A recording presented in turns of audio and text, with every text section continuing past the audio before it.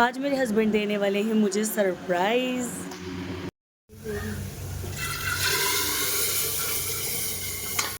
अरे जल्दी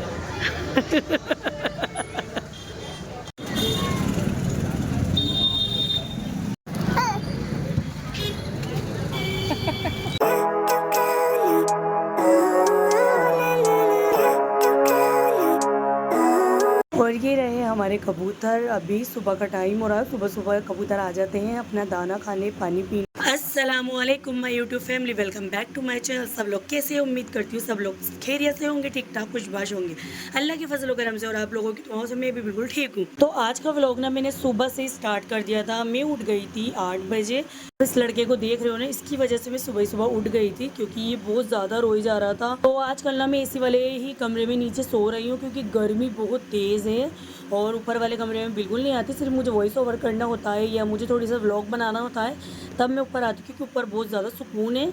और मैंने सारे कपड़े वपड़े सब ऊपर रख रखे। ऊपर टीन का कमरा है हमारा, इसलिए बहुत ज़्यादा तपता है। और मेरे हस्बैंड भी यहीं सो रहे हैं क्योंकि मेरे घर पे काम चल रहा है। और मेरे हस्बैंड ना ये सारे कपड़े भी लेकर आ गए थे। और ये क्योंकि अब छत डलने वाली है, मैं बार बार मैं जा नहीं सकती क्योंकि बल्ली फंटे लग जाएंगी इस मारे।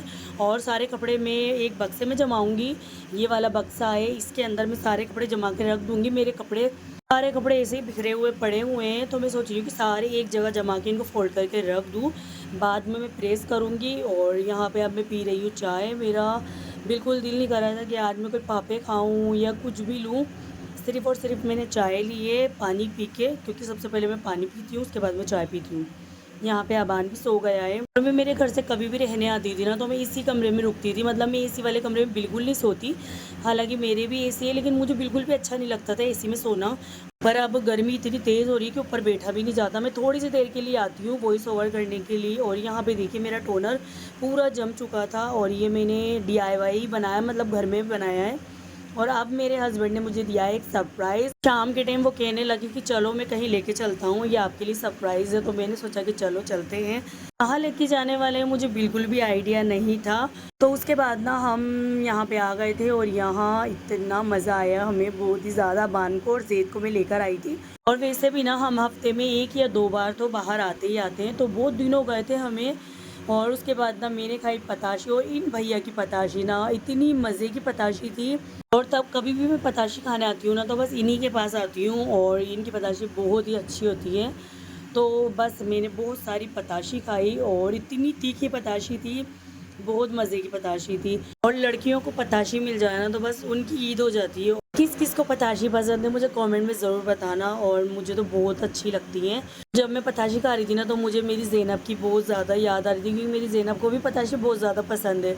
और बस उसको मैं लेकर नहीं आई थी क्योंकि वो मेरी अम्मी के साथ बाज़ार गई हुई थी। और यहाँ पे ना उसके बाद बारी आती है मोमोज़ की। और मोमोज़ इतने अच्छे थे कि हमने 3 प्लेट खा ली थी। और ये फ्राई मोमोज़ थे। और अबान को देखिए आप, ये लड़का बस बार बार मेरे पीछे ही देखे जा रहा था कि मुझे भी दो, मुझे भी खाना है। और बहुत ही ज़्यादा तीखे मोमोज थे, इसके अंदर चाट मसाला भी ऊपर से डला हुआ था। पर ये लड़का ना बिल्कुल नहीं मान रहा था, इसलिए मैंने थोड़ा सा इसको दे दिया था, पर इसका मुंह बहुत तेज़ वाला चल गया था। और यहाँ पे ये बिल्कुल नहीं मान रहा था। उसके बाद हमारी तीखी तीखी चटनी भी आ गई थी और इतनी मज़े की चटनी थी। और मुझे हमेशा ना मोमोज़ चटनी के साथ ही अच्छे लगते हैं, तो हमने खूब सारी चटनी लगा लगा के खाई। पहले ना मैं मोमोज़ बिल्कुल भी नहीं खाती थी, मुझे बिल्कुल पसंद नहीं आते थे। लेकिन जब मैंने फ्राई वाले ट्राई करे ना तो ये वाकई में बहुत अच्छे हैं। और यहाँ के तो बहुत ज़्यादा अच्छे मिलते हैं। कच्चे वाले मैं बिल्कुल नहीं खाती, जो सफ़ेद सफ़ेद कच्चे आते हैं ना वो मुझे बिल्कुल पसंद नहीं है। मेरी खाला तो मोमोज़ घर में ही बनाती हैं और इतने अच्छे मोमोज़ बनाती है ना, बहुत ही ज़्यादा। उसमें चिकन की फीलिंग्स रहती है।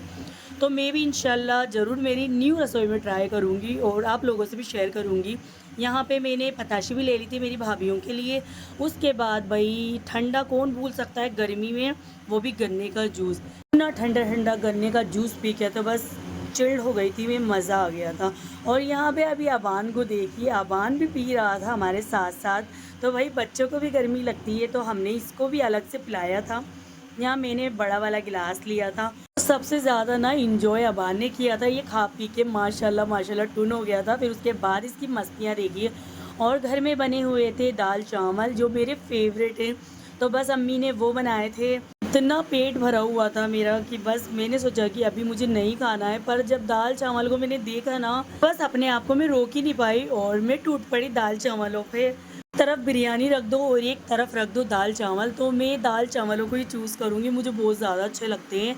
और यहाँ पे भाभी कर रही थी बघार, प्याज लहसुन ज़ीरा, इतने मज़े का तड़का था कि पूरे बस घर में महक ही महक हो गई थी। किस किस को दाल चावल पसंद है मुझे कमेंट में ज़रूर बताना, मुझे तो बहुत ज़्यादा पसंद है।